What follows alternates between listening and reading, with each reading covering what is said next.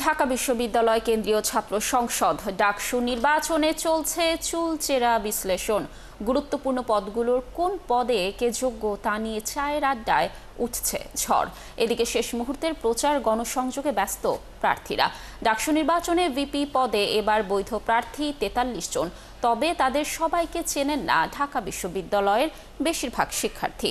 ক্যাম্পাসের উৎসব মুখর প্রচারণায় আলোচনায় রয়েছেন হাতে গোনা কয়েকজন। মনোনয়নপত্র যাচাই বাছাই শেষে গত ২১ আগস্ট রাতে বৈধ প্রার্থীদের তালিকা প্রকাশ করে ডাকসুর নির্বাচন কমিশন। আগামী ৯ সেপ্টেম্বরের ভোটে ৪৩ জনের নামই থাকবে ব্যালট পেপারে। এদিকে আচরণবিধি লঙ্ঘন করে ক্লাসরুমে ভোট চাওয়ার অভিযোগ উঠেছে ঢাকা ছাত্র শিবির সমর্থিত ঐক্যবদ্ধ শিক্ষার্থী জোট প্যানেলের জিএস প্রার্থী SM ফরহাদের বিরুদ্ধে।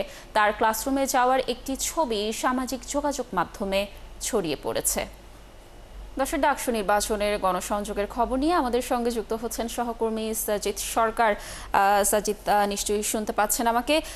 সাজিদ, আজ তো ছুটির দিনে আসলে ক্যাম্পেইন কি শুরু হয়েছে কিনা এখনো জানাবেন, এবং সারাদিনে ক্যাম্পেইনের কি তথ্য রয়েছে একটু জানাবেন আমাদের।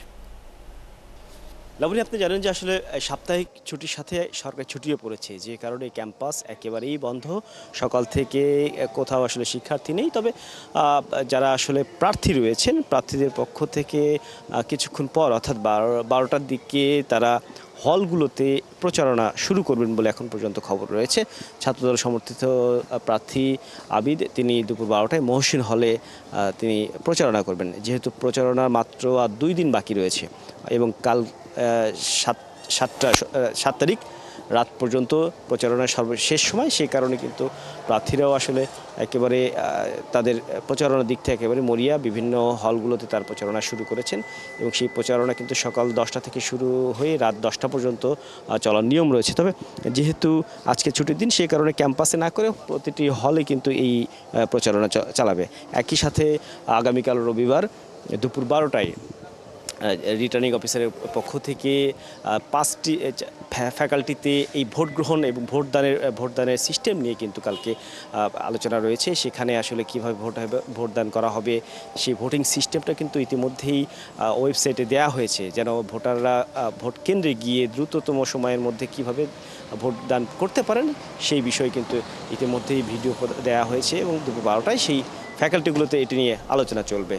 লাবণী। সাজিদ, ধন্যবাদ আমাদের সাথে যুক্ত থাকার জন্য। আপনি থাকুন সেখানে। নিশ্চয়ই ডাকসু নির্বাচনের প্রচারণার আরও তথ্য আমরা আপনার মাধ্যমে পরবর্তী সংবাদ সংযোগগুলোতে দর্শকদেরকে দেওয়ার চেষ্টা করব।